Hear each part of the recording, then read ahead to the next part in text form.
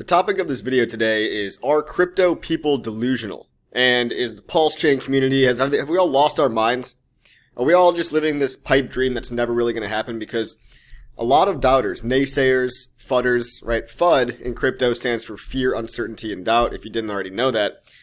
And a lot of people FUD themselves, right? They FUD themselves and then they take to Twitter or they go online on Reddit or something and they want everyone else to feel the same way they do. But what I think this all stems from is this kind of nihilism, or you could say doomerism, in society that I've been feeling a lot of lately. I've been noticing it, not in myself so much, but I want to tell people that you can actually choose to believe in something, and that historically speaking, all of the best innovations, all of the world-changing innovations, whether it's crypto or the internet or every new thing, there was some large group of society that has a knee-jerk reaction to it that they just say new thing bad. Like, new thing bad is most people's default response to everything, because the way that we live in society, we just expect things to be the same tomorrow that they are today. We don't like change. A lot of people don't like change, but another group of people, the innovators who typically are on the fringes, right? But if the early adopters of a thing are what propagates a new idea or a meme through society, those people are going to be the ones that can handle change, the ones that are comfortable in turbulent times, and the ones that realize that the only constant in the world is actually change itself. So there's always going to be people that you can look to confirm your own personal fears that maybe this whole crypto thing is never going to work out. But when you look at it on a long enough timeline and big picture, zoom out, you realize that Bitcoin's been around for 15 years. That's why it's easier than ever for people to become Bitcoin maxis, or for people to believe in Ethereum and Bitcoin, the big main two, even Solana. It's become the mainstream play, right? Everybody's got those big three in their playbook, right? All the mainstream influencers. It's not risky to say, hey, I believe in Bitcoin, Ethereum, and Solana these days. Although it was a lot different, 7, 8 years ago. I was there. I was in crypto in 2015 is when I first started seriously investing. And I heard about it in 2013, long time ago, when there was maximum suspicion that this whole thing was going to work out. My confidence, a large part of it comes from the understanding that the technology is indestructible. Okay, the cat's out of the bag. There's no turning back on the whole crypto revolution because it's a decentralized type of software that can't be shut off by anybody. No matter how hard a central government tries, they would have to try really, really hard to shut down all of crypto, and that is just a dystopian future that I can't even imagine living in, right? I don't even want to live in that probability of that world happening, but that's like a 0.001% chance that, nations worldwide collude together somehow when really everybody's so disorganized. How are they going to get together and collude and shut off crypto and all agree to anything? Because the world's very complex, nations and people around the world. There are certain groups that want a one world government. There is a cabal of people at the top, but there's so many special interests. There's so many competitive interests between China, Russia, America, geopolitics. All this stuff makes it so that the ideal outcome for everybody is to keep the game going. And I'm talking about crypto in general. I'll hone in on PulseChain in a little bit, but people don't want to stop the game, right? They don't want to stop the party, because if they stop the party, too many people have their hands in this. Too many people have their fingers in the pie. BlackRock's in. BlackRock's making money on ETF fees. They're about to start making a lot of money on Ethereum fees. They are Wall Street. They are the epitome of, centralized traditional system. And if they feel like they've got some sense of control around it where they can profit from it, they can benefit from it, we end up in the situation where everybody's greed actually ends up being what's best for the overall system. Everybody has an angle somehow, whether you're a trader, retail investor, a new innovative crypto company, right? If you're trying to invent new software, or even the centralized middlemen. Jamie Dimon famously, he's the CEO of JP Morgan. He talks a lot of crap about Bitcoin, about Ethereum, but he realizes that they have to adapt because we've reached critical mass. What is critical mass? It basically just means that the snowball is rolling down the hill and it's too big to stop at this point, right? And another way to say it is you can't put the toothpaste back in the tube. So because everybody's incentives overlap, everyone's greedy at the end of the day, whether that's a government or a business or a regular retail person like you, everybody has an incentive to keep crypto going. And again, it's not risky to get into Bitcoin anymore, but it's also too late for the life-changing gains. I'm just going to be blunt. A lot of people don't want to hear that. It's still going to perform better than probably any stock, most stocks over the next, 10 years. If Bitcoin does a 4x in this cycle, if Bitcoin somehow goes to $250,000, 400%, 500% returns is unfathomable in the traditional financial system. Ethereum could do maybe, we could have Ethereum at $15,000. That'd be amazing, and that could easily happen. But where the opportunity really lies in crypto is the newer stuff. The newer stuff like PulseChain and Hex. I talk about these things so much because they don't reinvent the wheel. They just take and iterate on existing concepts that already work. We know Ethereum is decentralized enough and has been running so long flawlessly that it's too big to be shut off. It's too decentralized to fail. Same with Bitcoin, right? Hex is really just a block of code with no off switch that lives on top of a blockchain. So it's like a modular version of Bitcoin. You could think of it this way, right? This is like heresy to Bitcoin maximalists, but you could think of this Hex thing as a store of value that lives on top of a blockchain, and thus, because it's isolated and modular, it's protected from a lot of the network layer vulnerabilities, and the network risk is all eaten by PulseChain itself, which is a fork of Ethereum, which, Ethereum is the tried and true longest running blockchain with smart contracts that's had the most innovation and the most adoption up until now. But you don't get rewarded for buying things 7, 8, 9 years after they exist. Right? Ethereum launched in 2015. It's 9 years old. Bitcoin launched in 2009, 2010. It's 15 years old. PulseChain, just over a year old. And everybody's doubting it. Everybody's naysaying it. But when you understand that whether or not even Richard gets hit by a bus, right? The founder, if he dies, and knock on wood, obviously, but this is something we always say, if he just goes away forever, the code keeps running fine without him because it doesn't rely on a person to keep the network up. It's many, many nodes distributed throughout the entire world. So having an understanding of what crypto is, what real decentralized cryptos are, and just knowing that they can't be shut off, knowing that the community is carrying the torch. Thousands of people are online talking about it, on Twitter, YouTube, whatever, live streaming with each other, talking, networking with other crypto people. And you've got a bootstrap community of Hex people, Hex holders that are locked in for an average of 7 years, right? These guys have a long-term mindset. And a lot of them have turned into builders that are building new protocols on the blockchain, right? So you've got things emerging on PulseChain that have worked great on Ethereum. So copying a lot of the good ideas on Ethereum, putting them on PulseChain, like asset-backed stablecoins, things like liquid loans, Flex protocol, all these different things. Liquid staking derivatives coming to PulseChain. NFTs already on PulseChain. A lot of NFT platforms, a lot of decentralized borrowing and lending, decentralized leverage trading, GMX forks, Aave forks, all this stuff is already on PulseChain. It's being built out right now in front of our eyes. So for the people that want to take that leap of faith, it's not delusional to understand that these products are not going away, right? So the price, obviously everybody wants the price to go up. That's just a function of how much attention we can command in this attention economy. Every cryptocurrency, whether it's got good tech or whatever it might be, it's only as good as people use it. It's only as good as the people that adopt it. So people adopting it requires people to know about it, and that's what PulseChain does organically in grassroots, unlike any other community out there. Nobody's even bought and paid for. You'll notice that no mainstream influencers really talk about it because they're not getting sponsorship deals. They're not getting paid under the table, which is the classic influencer playbook. Sure, maybe they're talking about Solana because they like Solana now, because Solana's already, 4 or 5 years old, and it's got so much of a marketing machine behind it. But that marketing machine is from millions of dollars of VC money, right? It's an inorganic marketing machine. It's funded by insiders. The PulseChain marketing machine is entirely organic, unlike anything else in crypto. So again, if you want to be early on something, you have to take the risk that other people are going to say, oh, that'll never work. You have to be able to ignore the noise and find the signal. And the people in the community, we've found the signal. We've found this deep understanding that we've got these protocols with no admin keys, no backdoors, decentralized, that are doing what crypto is supposed to do, removing middlemen, bringing the power back to the people. And it's going to become even more important. And that importance is going to become evident as, banks start doing more and more corrupt stuff. We saw Silicon Valley Bank fail. We saw a Signature Bank fail. A failing bank is one thing, but a hyperinflating currency is another. And censorship controls, imagine sanctions. Imagine USA goes into a civil war and then the left tries to shut off people's bank accounts. We saw that happen in Canada with a peaceful protest of truckers who had their bank accounts shut off by the corrupt Canadian government.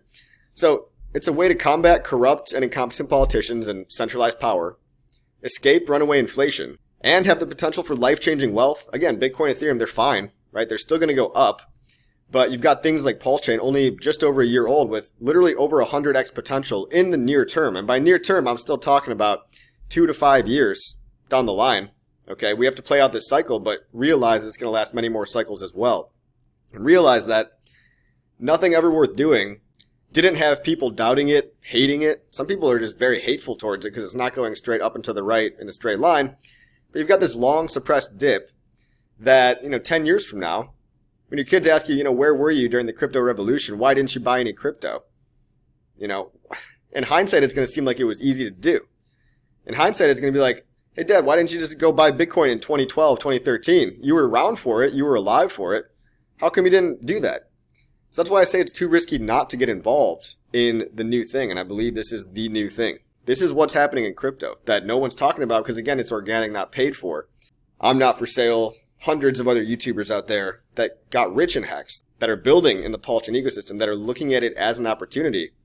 They're not getting paid to do any of this. They're building with the intention that if these things accrue attention in the future, that they're going to also accrue value and they're going to reward themselves and not have to basically pimp themselves out to the sponsor of the month or the shit coin of the week, the top 5 coins to make you rich overnight. That's the influencer playbook in a lot of this crypto stuff. So it's hard to see for new people, right? I really get it. But you got to realize it's a long-term game. And to come full circle on the original point, the doomerism, the nihilism, right, or the apathy through crypto is a lot of people are just afraid to believe in something because they don't want to be wrong.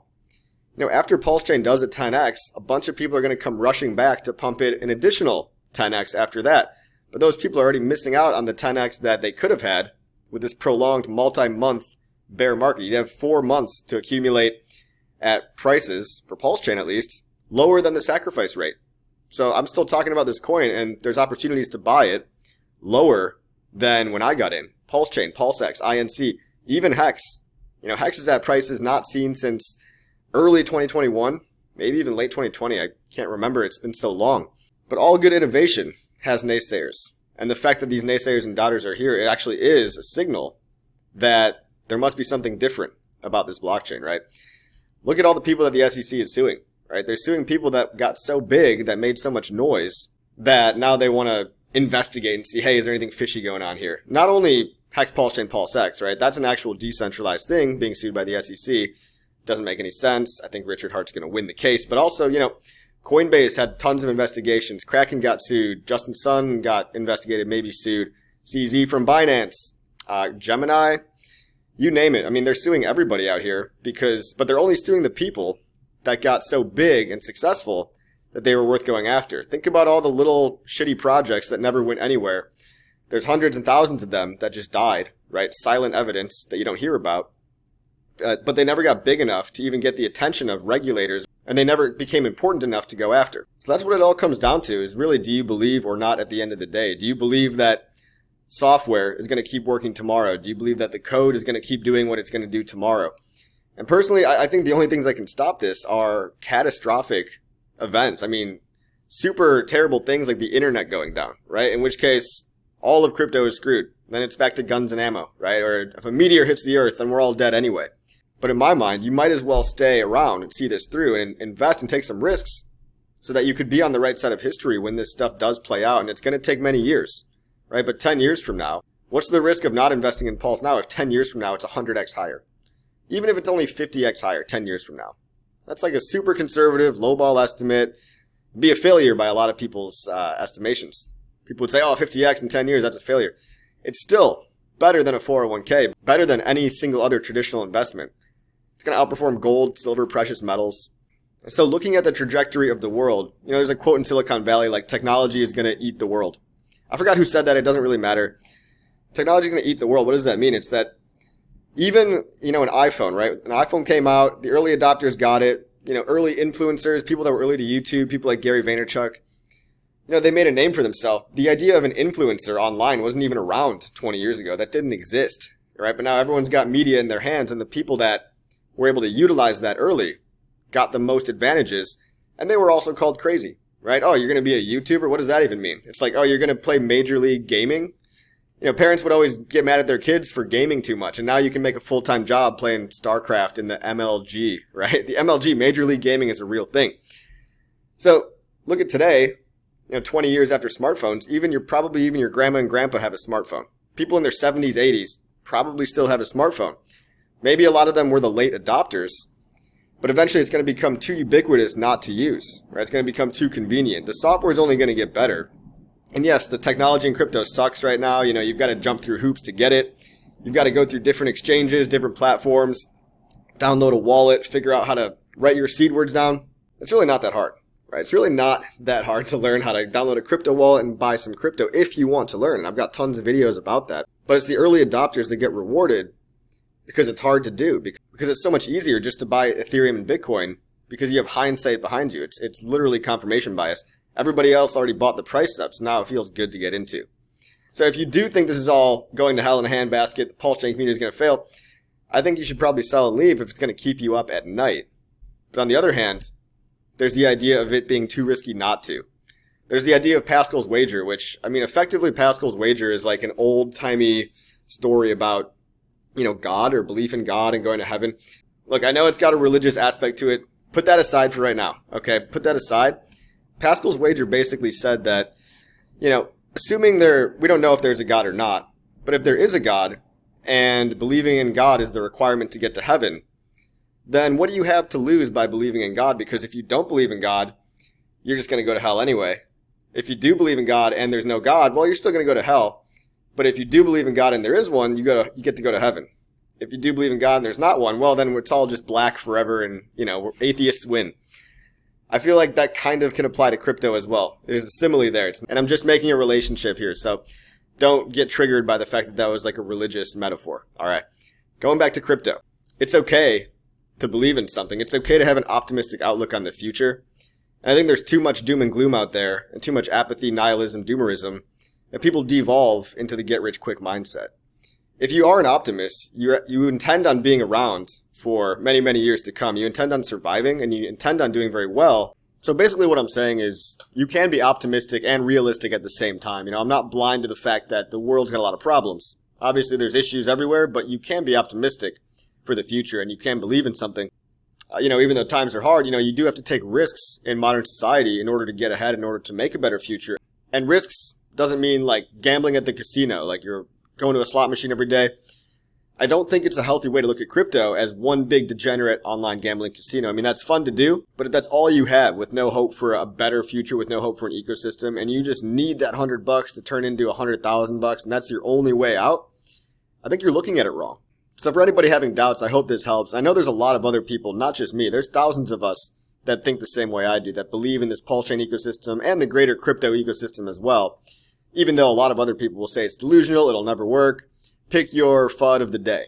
So if you take these big risks with information on your side, and maybe you even participate in the community, maybe you even build something, build your own project and make some money that way. Just sticking with something and running with it is better than sitting around with this doomerism, you know, pointing fingers, yelling at people as to why things aren't the way you want them to be, or expecting somebody else to pump your bags. It gets really depressing.